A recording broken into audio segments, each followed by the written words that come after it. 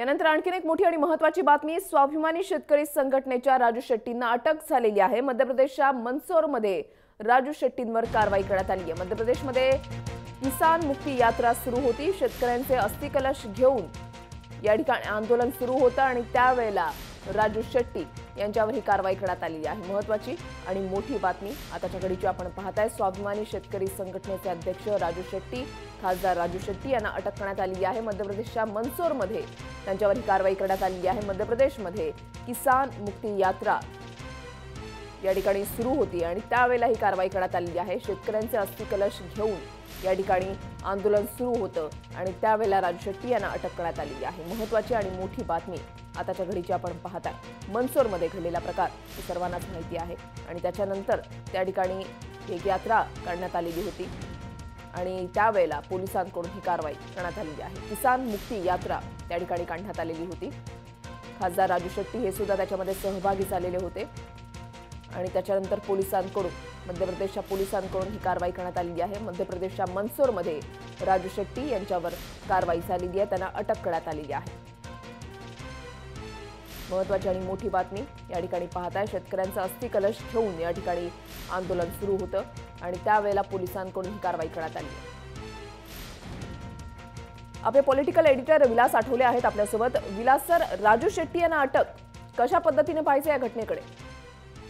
ऋषाली, दोन गोष्टी आहेत। महाराष्ट्रात कर्जमाफी केल्यानंतर राजू शेट्टी आणि शिवसेनेने जे श्रेय घेतलं किंवा त्यांनी जी यात्रा काढली होती त्याचा कुठे ना कुठे परिणाम देशातील शेतकरी आंदोलनावर झाला होता आणि राजू शेट्टी हे देशव्यापी संघटन तयार करण्यासाठी गेले अनेक वर्ष काम करत आहेत। मध्य प्रदेशात पोलिसांनी शेतकऱ्यांच्या आंदोलनावर ज्या प्रकारची भूमिका घेतली होती त्याचे पडसाद महाराष्ट्रातून उमटत होते आणि त्यानुसार राजू शेट्टी मध्य प्रदेशातील शेतकऱ्यांच्या आंदोलनाला पाठिंबा देण्यासाठी तिथे गेले होते आणि त्यांना अडवण्यात आलं, कारण जे अस्थिकलश आहेत ते घेऊन ती यात्रा पुढे जात होती।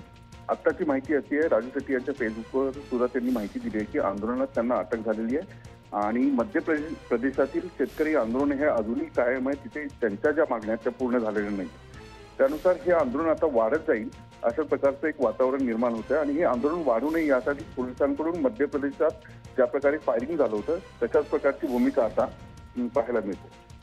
सर, याची झळ महाराष्ट्राला बसू शकते का?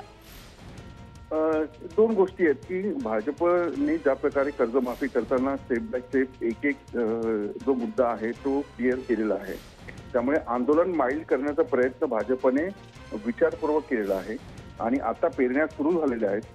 पेरणीमध्ये गुंतलेल्या शेतकऱ्यांना पुन्हा आंदोलनात उतरवता येत नाही ही अडचण शेतकरी नेत्यांची झाली आहे, कारण सगळे शेतकरी सुकाणू समिती जी आहे त्यांना सरकारने केलेली कर्जमाफी मान्य नाहीये, तरी सुद्धा हे आंदोलन तात्पुरतं थांबवण्यात आलं। एकूणच राज्य आणि देशातील शेतकऱ्यांचं आंदोलन पाहता केंद्रातील भाजपच्या सरकारच्या विरोधात जे वातावरण आहे ते भविष्यकाळात निश्चितच महाराष्ट्रात दिसू शकतं, पण तुर्तास हे आंदोलन स्थगित आहे। पेरण्या आहेत, कर्ज किती मिळतात याची वाट पाहतायत। जर कर्ज नीट मिळालं नाही शेतकऱ्यांना आणि सर्व शेतकऱ्यांना नाही मिळालं तर कदाचित महाराष्ट्रातलं आंदोलन जे थांबले ते पुढे वेग घेऊ शकतं किंवा ते उघड होऊ शकतं। नक्कीच धन्यवाद सर या संपूर्ण माहितीसाठी। विलास आठवले आपले पॉलिटिकल एडिटर आपल्यासोबत होते। मध्य प्रदेशमध्ये किसान मुक्ती यात्रा सुरू होती आणि त्यावेळेला स्वाभिमानी शेतकरी संघटनेचे अध्यक्ष खासदार राजू शेट्टी यांना त्या ठिकाणी अटक झालेली आहे। या अटकेपूर्वी राजू शेट्टी यांनी काय निर्धार केलेला होता पाहूयात। अस्थिकलश घेऊन श्रद्धांजली अर्पण करण्यासाठी जात आहोत। माहीत नाही केव्हा पोलीस आम्हाला ताब्यात घेणार आहेत, परंतु आमचा निर्धार अटळ आहे।